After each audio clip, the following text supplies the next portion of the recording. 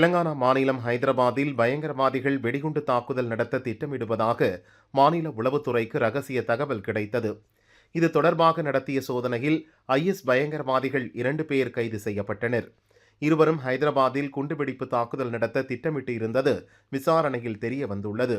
இந்தியாவிலிருந்து இறக்குமதி செய்யப்படும் சில பொருட்களுக்கு வங்கதேச அரசு கடந்த மாதம் தடை விதித்தது. இதற்கு பதிலடி தரும் வகையில் வங்கதேசத்திலிருந்து தரை வழியாக சில பொருட்களை இறக்குமதி செய்ய மத்திய அரசு தடை விதித்துள்ளது. மத்திய அரசின் இந்த புதிய கட்டுப்பாடு வங்கதேச ஏற்றுமதியில் மிகப்பெரிய பாதிப்பை ஏற்படுத்தும் என பொருளாதார நிபுணர்கள் தெரிவித்துள்ளனர். மேற்கு ஆப்பிரிக்காவில் உள்ள நைஜீரிய நாட்டில் போகோ ஹாரம் பயங்கரவாதிகள் 2 கிராமங்களில் தாக்குதல் நடத்தினர். இந்த தாக்குதலில் 57 பேர் பலியானார்கள். பெண்கள், சிறுவர்கள் உள்பட 50க்கும் மேற்பட்டோர் கடத்தி செல்லப்பட்டனர். பிணை கைதிகளாக சிக்கி உள்ளவர்களை மீட்கும் பணியில் ராணுவம் ஈடுபட்டுள்ளது. ஆந்திர மாநிலம் விஜயநகரம் மாவட்டம் துவாரபுடியை சேர்ந்த 4 குழந்தைகள் காருக்குள் அமர்ந்து விளையாடிக் கொண்டிருந்தனர். கதவை திறக்க முடியாததால் 4 பேரும் மூச்சு திணறி பரிதாபமாக இறந்தனர். குழந்தைகளின் பெற்றோருக்கு அமைச்சர் வாங்கலப்பூடி அனிதா இரங்கல் தெரிவித்தார். மகாராஷ்டிரா மாநிலம் மும்பையிலிருந்து தேவ்ருக் நகருக்கு 6 பேர் ஒரு காரில் சென்று கொண்டிருந்தனர். மும்பை கோவா நெடுஞ்சாலையில் ஜக்புடி ஆற்று பாலத்தில் சென்றபோது திடீரென ஆற்றில் கார் கவிழ்ந்தது. இதில் 5 பேர் பலியானார்கள். படுகாயமடைந்த டிரைவர் ஹாஸ்பிட்டலில் அட்மிட் செய்யப்பட்டார். விபத்து குறித்து போலீசார் விசாரிக்கின்றனர். பருவமழை முன்னெச்சரிக்கை நடவடிக்கைகள் தொடர்பாக முதல்வர் ஸ்டாலின் தலைமையில் ஆலோசனைக் கூட்டம் இன்று நடைபெறுகிறது. இந்த கூட்டத்தில் வருவாய் பேரிடர் மேலாண்மை துறை அமைச்சர் ராமச்சந்திரன், தலைமை செயலர் மற்றும் அதிகாரிகள் பங்கேற்க உள்ளனர். மறைந்த முன்னாள் முதல்வர் எம்ஜிஆரின் மனைவி ஜானகி ராமச்சந்திரனின் நினைவு நாள் இன்று அனுசரிக்கப்படுகிறது. இவரது நினைவு தினத்தை ஒட்டி அதிமுக பொதுச் செயலாளர் பழனிசாமி ஜானகி ராமச்சந்திரனின் உருவப்படத்திற்கு மலர் தூவி மரியாதை செலுத்தினார். தமிழகத்தில் வேளாண் துறை வளர்ச்சி -0.09% என்ற அளவுக்கு வீழ்ச்சியடைந்திருக்கிறது.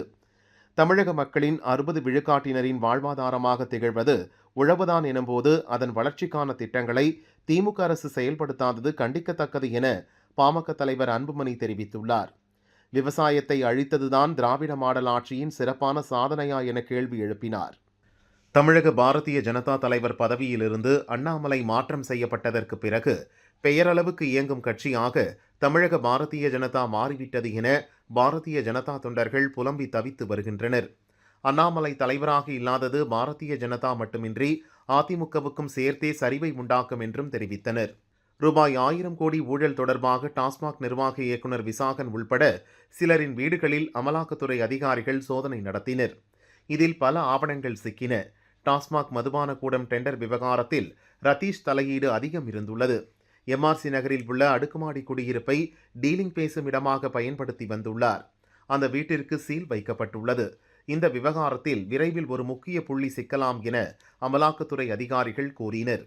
பார்லிமெண்ட் நடவடிக்கைகளில் சிறந்து விளங்கும் எம்பிக்களின் செயல்பாடுகளை கண்டறிந்து அவர்களை கௌரவிக்கும் வகையில் பிரைம் பாயிண்ட் ஃபவுண்டேஷன் என்ற தனியார் நிறுவனம் ஆண்டுதோறும் விருதுகள் வழங்கி வருகிறது.